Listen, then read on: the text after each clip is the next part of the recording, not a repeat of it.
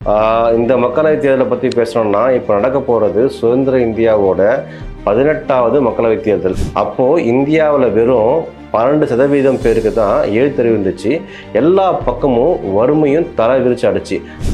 ஓட்டுரிமை கொடுக்கறதுக்கு முக்கியமான காரணமாக இருந்தவர் டாக்டர் அம்பேத்கர் தாங்க. அதுக்கப்புறம் தான் எல்லா கட்சியோட சின்னத்தையும் ஒரே வாக்குச்சீட்டில் அவங்க பிரிண்ட் பண்ணி தேவையான சின்னத்துக்கு ஓட்டு போட்டு அதை ஒரே பொட்டியில் போடும் முறையும் அதுக்கப்புறம் தான் நடைமுறைக்கு கொண்டு வந்தாங்க. ஆனாலும் கூட 100% வாக்கு பதிவாகுமான்னு கேட்டிங்கன்னா இன்றைக்கு வரைக்கும் அதுக்கு அந்த கேள்விக்கு மட்டும் பதில் யார்கிட்டுமே இல்லை. ஓட்டுரிமை என்பது ஒவ்வொருத்தருடைய தலையாய கடமை. அது மட்டும் இல்லாமல் நம்மளோட உரிமை. எந்த காரணத்துக்கோசரமோ அதை நம்ம விட்டு கொடுக்கக்கூடாது.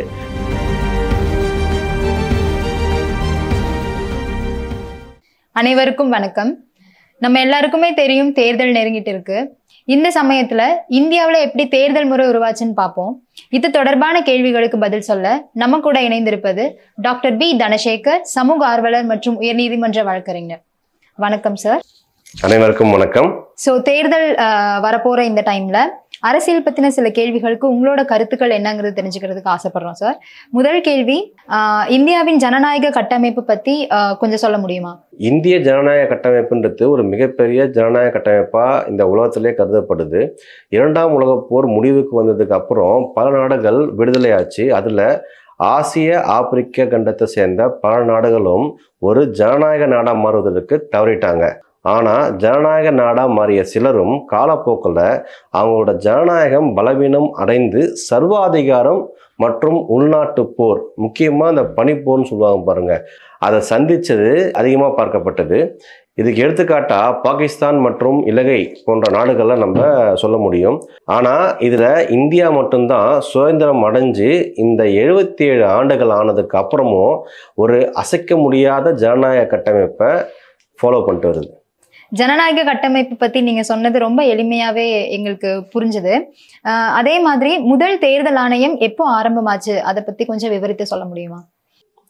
தேர்தலுக்கான விதை அப்படிங்கிறது 1919 போடப்பட்ட ஒரு விஷயம். அதுக்கப்புறம் தான் பல போராட்டங்கள் நடந்து 1947 சுதந்திர இந்தியாவா மாறினது எல்லாருக்கும் தெரியும். அதுக்கப்புறம் 26ஆம் தேதி 1950ஆம் வருடம் அன்னைக்கு தான் டாக்டர் அம்பேத்கர் எழுதின இந்திய அரசியலமைப்பு சட்டம் நடைமுறைக்கு வந்துச்சுன்னு எல்லாருக்கும் தெரியும். ஆனால் நிறைய பேருக்கு தெரியாத ஒரு விஷயம், அதுக்கு முதல் நாள், அதாவது ஜனவரி 25 அன்னைக்கே தேர்தல் ஆணையம் உருவாக்கிட்டாங்க. இது பலரும் அறியாத ஒரு விஷயமா தான் கருதப்படுது. அதுக்கப்புறம் 1950ஆவது வருஷமே மார்ச் 21ஆம் தேதி அன்னைக்கு முதல் தேர்தல் ஆணையரா திரு சுகுமார் சென் நியமிக்கப்படுறார். தேர்தல் அப்படின்னாலே சரியான பிரதிநிதியை மக்கள் தேர்ந்தெடுக்கிறது அப்படிதான் நம்ம எல்லாருக்குமே தெரியும். ஸோ முதல் தேர்தல் எப்போ நடந்தது, அதோட பின்னணி என்னவா இருக்கும்னு நீங்க நினைக்கிறீங்க? சுதந்திர இந்தியாவுடைய நாடாளுமன்ற மக்களவைக்கான முதல் பொது தேர்தல் வாக்குப்பதிவு ஜனவரி மாதம் 1952 நடந்துச்சு. இந்தியாவில் எல்லா மாநிலத்துக்கும் சேர்த்து ஒரே நாளில் தேர்தல் நடத்த முடியல. அதனால் ஜனவரி மாதத்தில் சில மாநிலங்களுக்கும் மற்ற மாநிலங்களுக்கு அடுத்தடுத்த மாதத்தில் நடத்தினாங்க. இந்த தேர்தல் சாதி மத பேதமின்றி எந்த விதமான பாலினத்தின் டாமினேஷன் எதுவுமே இல்லாமல், இப்படி பாகுபாடு இல்லாமல் தான் ஓட்டுரிமையை வழங்கப்பட்டுச்சு. ஓகே, முதல் தேர்தல் பற்றி நீங்கள் சொன்னது ரொம்ப தெளிவாகவே எங்களுக்கு புரிஞ்சுது. அதே முதல் தேர்தலில் போட்டி போட்ட கட்சிகள் பற்றியும் அதில் வெற்றி பெற்ற கட்சி ஓட்டு சதவீதம் பற்றி கொஞ்சம் சொல்ல முடியுமா? ஓகே, முதல்ல தேர்தலில் போட்டி போட்ட கட்சியை பற்றி பார்க்கலாம். முதல் மக்களவை தேர்தலில் மொத்தம் 401 தொகுதி இருந்துச்சு. 489 எம்பிக்கள் தேர்ந்தெடுக்கப்பட்டாங்க. ஒரு சில தொகுதிகளில் மட்டும் 2லேருந்து 3 எம்பிக்கள் கூட தேர்ந்தெடுக்கப்பட்டாங்க. முதல் தேர்தல் அப்படிங்கிறதுனால சரியாக சொல்லப்போனால் 17.32 கோடி வாக்காளர்கள் இருந்தாலும் வெறும் 49.97% மட்டும்தான் தங்களோட வாக்குரிமையை பயன்படுத்தினாங்க. இந்த தேர்தலில் சுமார் 14 தேசிய கட்சிகள் உட்பட 53 கட்சிகள் போட்டி போட்டாங்க. இதில் 364 இடத்துல வெற்றி பெற்று ஆட்சி அமைத்தது காங்கிரஸ் கட்சி தான். முதல் பிரதமர் ஜவஹர்லால் நேருன்னு நம்ம எல்லாருக்குமே தெரிஞ்ச ஒரு விஷயம்தான். ஆனால் எது தெரியாது, ஆனால் கொஞ்சம் இன்ட்ரெஸ்டிங்காகவும் இருக்குன்னு பார்த்தீங்கன்னா, எதிர்கட்சியாக வந்தது இந்திய கம்யூனிஸ்ட் கட்சி அப்படிங்கிறது நம்மள நிறைய பேர் தெரியாத ஒரு விஷயமா கருதப்படுது. ஓகே சார், நீங்க சொல்ற மாதிரி முதல் தேர்தலில் வெற்றி பெற்ற கட்சி வந்து காங்கிரஸ் கட்சி, அதுக்கு எதிர்கட்சியா வந்தது வந்து கம்யூனிஸ்ட் கட்சி அப்படின்னு நீங்க சொன்னீங்க. அப்போ முதல் தேர்தலில் பாஜக இல்லையா? இது ஒரு நல்ல கேள்விதான். விடுதலைக்கு முன்னாடியே ஜவஹர்லால் நேரு கிட்ட இருந்து 2 பேர் பிரிஞ்சு போய் தனியாக கட்சி ஆரம்பித்தாங்க. அந்த 2 கட்சியுமே சுதந்திர இந்தியாவின் முதல் தேர்தலிலேயே போட்டியும் போட்டிருக்காங்க. அதில் ஒன்று தான் ஷியாம் பிரசாத் முகர்ஜியால் உருவாக்கப்பட்ட பாரதிய ஜன சங்கம் அப்படின்ற ஒரு கட்சி. இதுதான் இன்றைய பாஜகவுடைய முன்னோடியாக கருதப்படுது.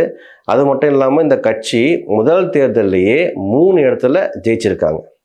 இப்போ தேர்தல் அப்படின்னு சொன்னாலே எல்லாருக்குமே தெரியும், பல பிரச்சனைகள் நிறைந்த ஒரு விஷயம் தான் வந்து தேர்தல் அப்படின்றது. முதல் தேர்தல் நடக்கும்போது அதுல எந்த ஒரு விஷயம் சவாலா இருந்திருக்கும் அப்படின்னு நீங்க நினைக்கிறீங்க? ஆமா, கண்டிப்பா ஏகப்பட்ட சவால்கள் இருந்துச்சு. முக்கியமா இருந்தது ஓட்டுரிமை கொடுக்கறத பத்தி தான். அப்போ இந்தியாவில் வெறும் 12% பேருக்கு தான் எழுத்தறிவு இருந்துச்சு. எல்லா பக்கமும் வறுமையும் தலை விரிச்சு அடிச்சு. அதனால எல்லா மக்களும் ஓட்டு போடுறது கஷ்டம், அவங்களுக்கு அதை பற்றி சொல்லி புரிய வைக்க முடியாது அப்படின்ற ஒரு முடிவுக்கு வந்து தான் ஒரு குறிப்பிட்ட பேருக்கு மட்டும்தான் ஓட்டுரிமை கொடுக்கணும், இப்படியெல்லாம் கூட நிறைய பேர் வாக்குவாதத்தை முன்னிச்சாங்க. ஓகே சார், நீங்க சொன்னீங்க குறிப்பிட்ட பேருக்கு தான் வந்து அந்த டைம்ல ஓட்டுரிமை கொடுக்கப்பட்டது அப்படின்ற மாதிரி நீங்க சொன்னீங்க. அப்போ இந்த டைம்ல எப்படி எல்லாருக்கும் ஓட்டுரிமை கொடுத்தாங்க, அதை பத்தி கொஞ்சம் சொல்ல முடியுமா? ஓட்டுரிமை கொடுக்கறதுக்கு முக்கியமான காரணமா இருந்தவர் வந்து டாக்டர் அம்பேத்கர் தான். தேர்தல் ஆணையத்தை அரசமைப்பு சட்டம் அதிகாரம் பெற்ற அமைப்பாக உருவாக்கும் திட்டத்தை அம்பேத்கர் முதல்ல முன்வைக்கிறாரு. அதை வைக்கும்போதே அம்பேத்கரோட முயற்சியில தான் எல்லோருக்கும் ஓட்டுரிமை கிடைச்சிச்சு. இப்போ நம்ம ரொம்ப சுதந்திரமாக ஓட்டுரிமை போடுறோம்னாலே அதுக்கும் டாக்டர் அம்பேத்கர் தான் கண்டிப்பாக ஒரு முக்கியமான காரணமாக இருந்திருக்காரு. வாக்களிக்கும் முறை இதை பத்தி பேசும்போது ஃபர்ஸ்ட் இருந்த தேர்தல் டைம்லயும் இதே வாக்களிக்கும் முறை தான் இருந்ததா? இப்பயும் அதை தான் நம்ம கடைபிடித்துட்டு இருக்கோமா, இல்ல ஏதாவது வித்தியாசங்கள் இருக்கா? இதை பத்தி கொஞ்சம் விவரித்து சொல்ல முடியுமா? கண்டிப்பா இல்லைங்க, அப்போ வித்தியாசமா இருந்துச்சு. அதுவும் முதல் தேர்தலில் மக்களுக்கு குழப்பம் வரக்கூடாது அப்படின்ற ஒரு காரணத்துக்கோசரமே வேட்பாளருக்கு தனி சின்னம் மட்டும் இல்லை, தனி வாக்குப்பெட்டியும் இருந்துச்சு. அதுக்கப்புறம் தான் எல்லா கட்சியோட சின்னத்தையும் ஒரே வாக்குச்சீட்டில் அவங்க பிரிண்ட் பண்ணி தேவையான சின்னத்துக்கு ஓட்டு போட்டு அதை ஒரே பொட்டியில் போடும் முறையும் அதுக்கப்புறம் தான் நடைமுறைக்கு கொண்டு வந்தாங்க. ஓகே சார், இது வரைக்கும் நீங்கள் எங்கள் கூட பகிர்ந்துக்கிட்ட எல்லா விஷயங்களுமே ரொம்ப எளிமையாக இருந்தது, ரொம்ப இன்ஃபர்மேட்டிவாக இருந்தது. இப்போ நடக்க போகிற மக்களவை தேர்தல் பற்றி நீங்கள் என்ன நினைக்கிறீங்க, அதை பற்றின உங்களோட கருத்து என்னன்னு சொல்ல முடியுமா? இந்த மக்களவை தேர்தலை பற்றி பேசணும்னா, இப்போ நடக்க போகிறது சுதந்திர இந்தியாவோட 18வது மக்களவை தேர்தல். கிட்டத்தட்ட 90 கோடி வாக்காளர்கள் இருக்காங்க. இப்போ பெரும்பாலான மக்களுக்கு படிப்பறிவும் இருக்குது, அரசியலை பற்றிய சில புரிதலும் இருக்குது. ஆனாலும் கூட 100% வாக்கு பதிவாகுமான்னு கேட்டிங்கன்னா இன்றைக்கு வரைக்கும் அதுக்கு அந்த கேள்விக்கு மட்டும் பதில் யார்கிட்டுமே இல்லை. ஓட்டுரிமை என்பது ஒவ்வொருத்தருடைய தலையாய கடமை. அது மட்டும் இல்லாமல் நம்மளோட உரிமை. எந்த காரணத்துக்கோசரமோ அதை நம்ம விட்டு கொடுக்கக்கூடாது.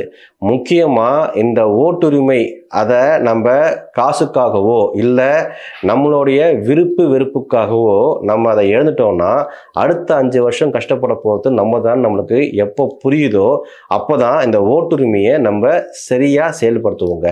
அது மட்டும் இல்லாமல் இந்த ஓட்டுரிமை நமக்கு அவ்வளோ லேசாக கிடைக்கல.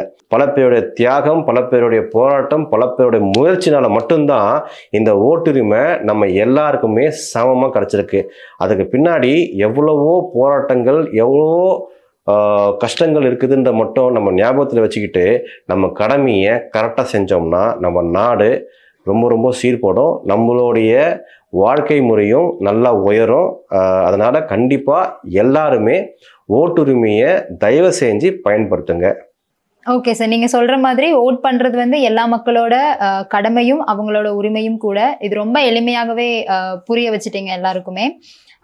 இந்த உரையாடல் வந்து ரொம்பவே சுவாரஸ்யமா இருந்தது. அதே போல இந்த தேர்தல் முறை இந்தியால எப்படி ஸ்டார்ட் ஆச்சு அப்படின்றத பத்தி நீங்க கொடுத்த கருத்துக்கள் எல்லாமே ரொம்ப எளிமையாகவும் ரொம்ப சுவாரஸ்யமாகவும் இருந்தது. இது கண்டிப்பா எல்லா மக்களையும் போய் சேரும்னு நம்புறேன்.